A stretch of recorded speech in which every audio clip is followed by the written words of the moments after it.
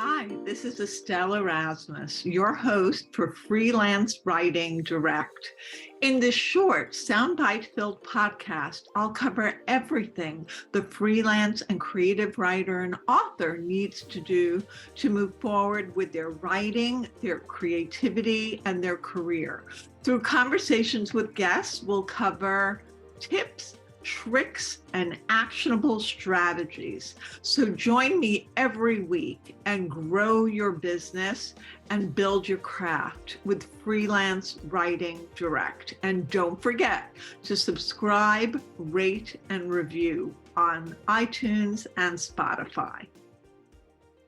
Welcome, everybody, to Freelance Writing Direct, and I'm your host, Estelle Erasmus, and I'm the author of Writing That Gets Noticed, Find Your Voice, Become a Better Storyteller, Get Published.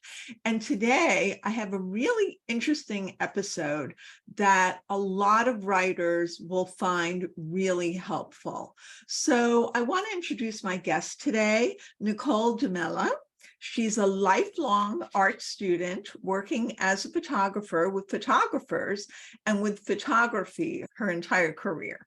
She believes pictures have the power to teach and is doing her small part to grow brains of all ages every day.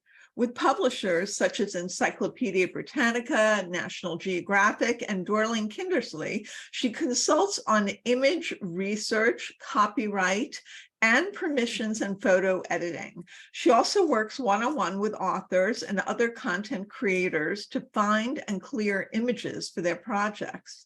Nicole was going to be a rock photographer, but instead lives in New Jersey and drives a minivan. Welcome, Nicole. I'm so glad that you're here to speak with us today about photos and everything photography.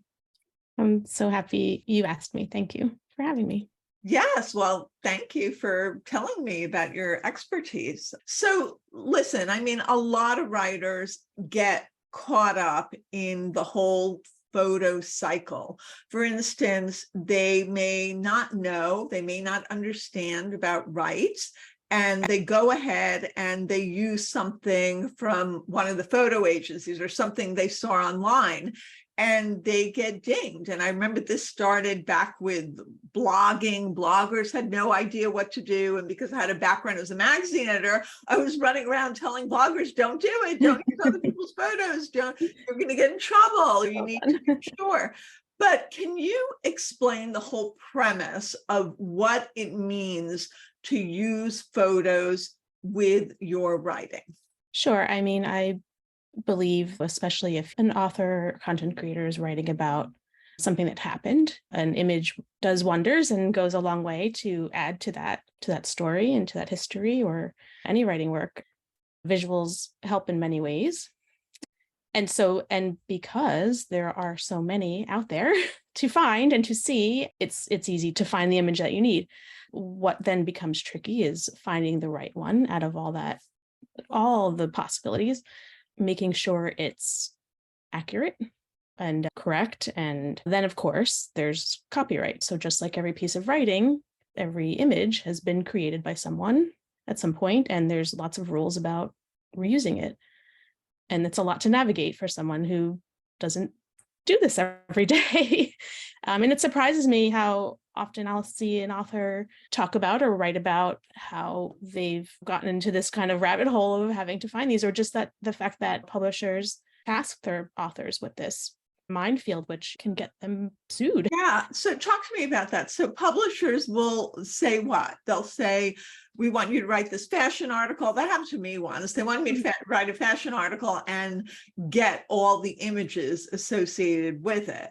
Sure, and I understand why that might be tasked, because you're the subject matter expert they've hired to talk about this. So you would know best if you're writing about fashion, you're researching Gucci or whatever, then you're in it and you know what you're looking at and looking for. So you might then look to, like you said, photo agencies that represent photographers and their collections, or might, like, for example, Getty or AP or news agencies that would send photographers to events such as a fashion show to take pictures, and then they add them to their collection of stock images that they then license to be used. So that's the kind of the key word is license. It's not something you're buying. It's not something you're just taking. You're licensing. You're agreeing as a user, and whether it's the author or the publisher, the end user of the image is agreeing to terms of how they're using the image. It's going to be on my blog for this amount of time. I'm going to show it this size. I'm going to credit it. There's an agreement and often a fee. Yes, yes. So I think people have gotten, what I've seen is Getty is one of the more aggressive ones, that if you use an image of a celebrity that they posted or something, and you're writing a post about a celebrity. I used to write a lot of parenting pieces when my daughter was younger, and all of us, it was always good to hook on, like if there was a celebrity in the news, like Charlize Theron had a son who had a tantrum. And so I wrote a piece about what would have happened to me if my daughter had a tantrum. It wouldn't have been the same, as she was kind of, they saw her, but they were like, well, she's okay. But if it's a parent, sometimes people would think that you're doing something wrong, and it's just the kid being kids. And making it relatable. And I'm glad you brought up Charlize Theron, because she and I both have the exact same birthday, so we are twins in every way, clearly. Maybe she's brunette now for her. Even better. She's just doing what I'm doing. But that brings up another point, another consideration when using an image, especially of a celebrity or someone of anyone with a face, but especially someone with a notable face. There's context to using the image. So in the example you've said, it's perfectly fine to use an image of Charlize Theron without having to get her permission to use her likeness.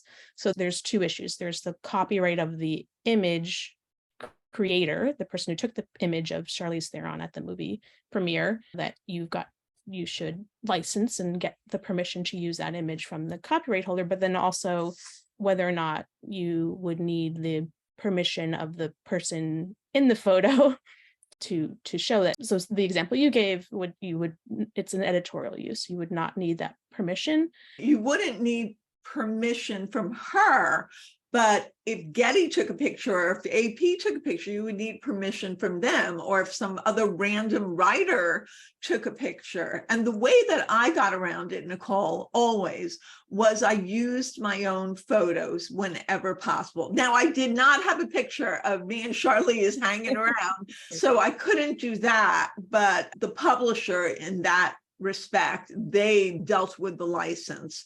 But what I've seen is, in maybe a publication that isn't as established, they may not understand. Or if you're writing a blog post for someone, or if you're doing something for Medium or something like that, you have to make sure that you have the rights, and publications will ask you that now. They'll say, do you have the right to use this photo? And so you have to say, yes, I do, because it's my photo, or my friend who gave me the rights, and here's our correspondence showing that. Because otherwise, writers can really get dinged. Even if they pull it back, they still can get in trouble. Sure, it's already been out there, right? Exactly. So what would your advice be to someone who, let's say, is writing a piece about homes and home decorating, or something they've done? I read a piece for the Washington Post, how you could seniorize your home if you're somebody who's of retired age. And so what would you recommend in terms of how somebody can go about getting the right photograph and making sure that they're not going to get in trouble for it? I suggest always ask first. How could somebody go about appropriately searching, and where are those sources that they can search? Sure thing. There are stock photo agencies, and they vary by specialty. So of course, we talked about Getty and AP, though they are two examples of agencies that specialize in news photos or historical images for editorial use. Then of course there's stock houses, agencies like Shutterstock, and Alamy is one. They're big, they're huge, they have many stock photos. Those are more generic. So it won't be so much just for it. It would be, that would be a place you would look for an image of an interior of a home. And you would use a keyword search, just like you might in Google. And so you'll see many visuals. You can narrow them down by using more keywords and many other ways. But what if you have to, like, what's an average amount that you'll have to pay for a licensing fee? And are there Okay. free sources that a writer can go to? There are definitely some free sources, such as Unsplash. Okay. There's another called Free Pix, Pix. Okay. And there may be others even through content management systems. Like if you're adding, you can do right through there. And many of the other stock agencies are quite affordable, like iStock Photo, which has an affiliation with Getty. Shutterstock can be affordable. And there's quite a few similar to that. You buy a credit bundle. You pay $100 and you can download a particular amount until those credits. And it depends on the size that you download the image, how much each image costs, because you might want a larger image to be printed in a book, but you might only want a smaller images to be on your blog post or online. You don't want to bog up with that large file size. And so since you do this regularly for publishers, like, do you have some tips, like when you're searching? I know you mentioned keywords, but I sometimes like to use almost like graphic images. If you're writing something, I don't know, I'm just going to spitball it, like a lovely essay about a romantic moment, like a beautiful sunrise might be a nice depiction. Can you maybe walk us through how that process would go? I can think of two ways. One is with keywords, and I might use a word like concept, love concept, or sometimes there's some concepts that are sort of hard to visualize. So something financial or just kind of boring to visualize. So you might want something that someone more creative than I has made a cool graphic, like you're saying.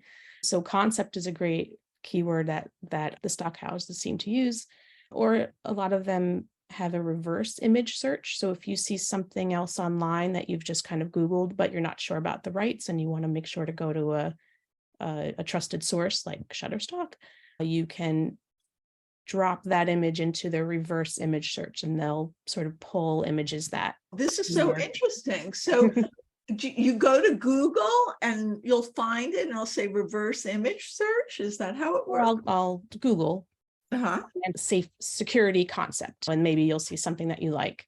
And I caution not to just pull that image and put it on your blog. But so now you're then going to take that file, put that into your trusted stock image source, and then do a reverse image within that website. And they'll pull from their catalog any visually similar images, or they might, how it works is usually in a visual way. So if you pick something that has a lot of blue, then it might also pull things like that blue. So reverse image, to me, reverse means opposite, but obviously it doesn't read that way to the searches. No, it's kind of like it's searching by the visual as opposed to searching by the keywords that you've entered, which helps me as a visual person because sometimes I don't know the word I'm trying to. Nicole, that's such a great tip. Whatever your source is, like if it's Shutterstock or whatever, you take an image that you've seen that maybe you want to duplicate, but you don't know that you can get it because maybe it's Getty or whatever. And then you say into this site that gives you free or low cost, reverse image search. There's some really creative work on there, I have to say. All of the sources. Yeah, it's amazing. I love that. And if you're thinking, so when a company is hiring you, like a big publisher is hiring you, and it's maybe for a love story, so you would write like romantic concept, would you go even deeper? Would you be like sunset? Do you write down a list of 10 words that represent the concept? I might start with something more broad, and then I start to see, these search results are just giving me too much of a variation. Oh, I really like that one with sunsets. Then I'll narrow down. Or if it's showing me more one type of person and I want to show a different, might narrow it down. And then your keyword search starts to sound very caveman like, it's like concept, love, man, woman. Right. So if a company is like, would you give them 10 options, or would you say, this is my option, or would you give 3? Like, what do you usually give? Probably about 5. It really depends on the spec, what they're looking for a cover of a book, or maybe there's the one hero image of a article.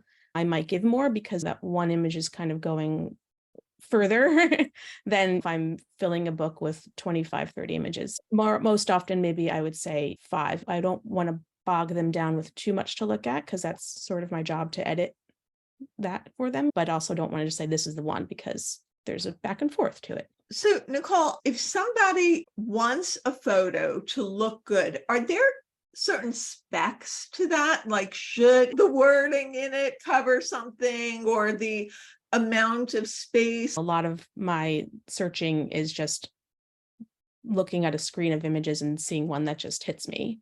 And I can't say why, but there are some rules. I mean, as far as composition and color, certain colors catch your eye more than others. Which colors catch your eye more? Anything sort of bright, or of course there's theories of blue is more soothing, red screams an emergency or something. So if you've got some sort of concept, you might pick colors that convey that concept to you. That's interesting. I've read in terms of color research that red and yellow stimulates appetite. So if somebody's doing a food story, maybe they would want to pick a photo that had a lot of red or yellow in it. Sure. And I've heard that about the interior decor of fast food restaurants. Same thing. They're not kind of blue where you want to hang out too long and calm. And so blue would be more soothing. I mean, pink is having a moment with the Barbie movie. Sure. There's also today. I love pink.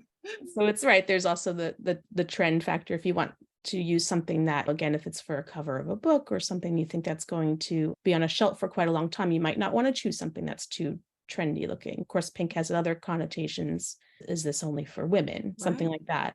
If you want to, whether or not you agree, it's only for women, that might be sort of a marketing idea that you want to either embrace or avoid. And then there's other specs to images, like I said, file size, things like that to consider. And basically, if you're using something online, a 72 DPI image is usually preferred, but not as far as the inches, the size of the image, not too large. It really depends on how large it's going to run. You want it to be of good quality. In books, it's a 300 DPI image. I get a lot of press materials from PR companies, and sometimes I think, oh, this might be a good photo to use. But in that case, you would have to still ask them, especially if they're sending you something for a feminine product, but it's there. And you're thinking you can use it for your relationship story, right? You would have to ask them, and they may not be amenable because it's not their product, right?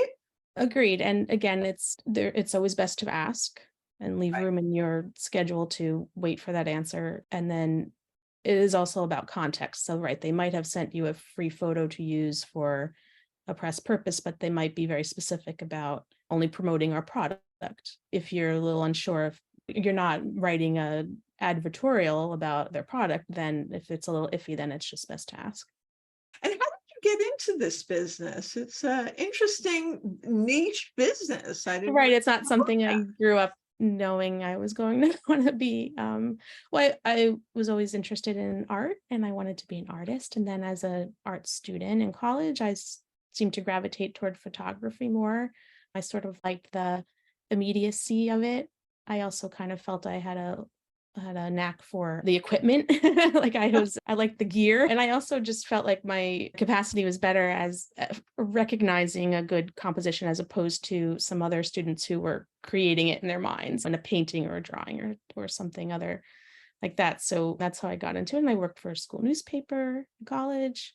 I started to work as a newspaper photographer after that, both as a stringer and full time. And then I sort of realized I wasn't going to be the next Annie Leibovitz or the next Pulitzer Prize winning photographer for the New York Times. My first job not taking photos was for McGraw-Hill, on a social studies textbook.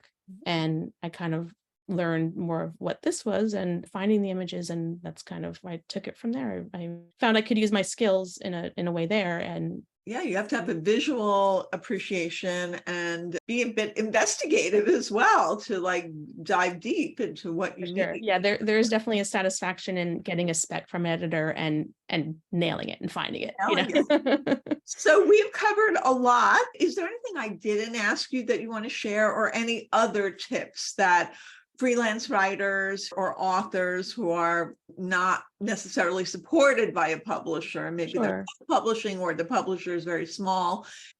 Look at what other works have used and then take it from there. Do you want to be different and see other things? Because there's just so much out there. If you like something someone else has used and you think you want to find it, but just take some time, but you can investigate and dig, and surely you can find something or something similar. And if you want to look for an image that's completely different covering the same topic, you'll have luck too. It's just take the time to look and take the time to ask for permissions. Look and ask. I like that. So thank you so much, Nicole. Thank you for having me. Thank you for having a non-wordy person. Come on. Well, you have an expertise, and that's what I'm here to share with my listeners and viewers. So thanks again. Follow me at EstelleSErasmus.com on my website and on social media, which is Instagram, TikTok, and Twitter at Estelle S. Erasmus. And we're now on YouTube for Freelance Writing Direct. Follow along, and soon everyone will be reading what you're writing.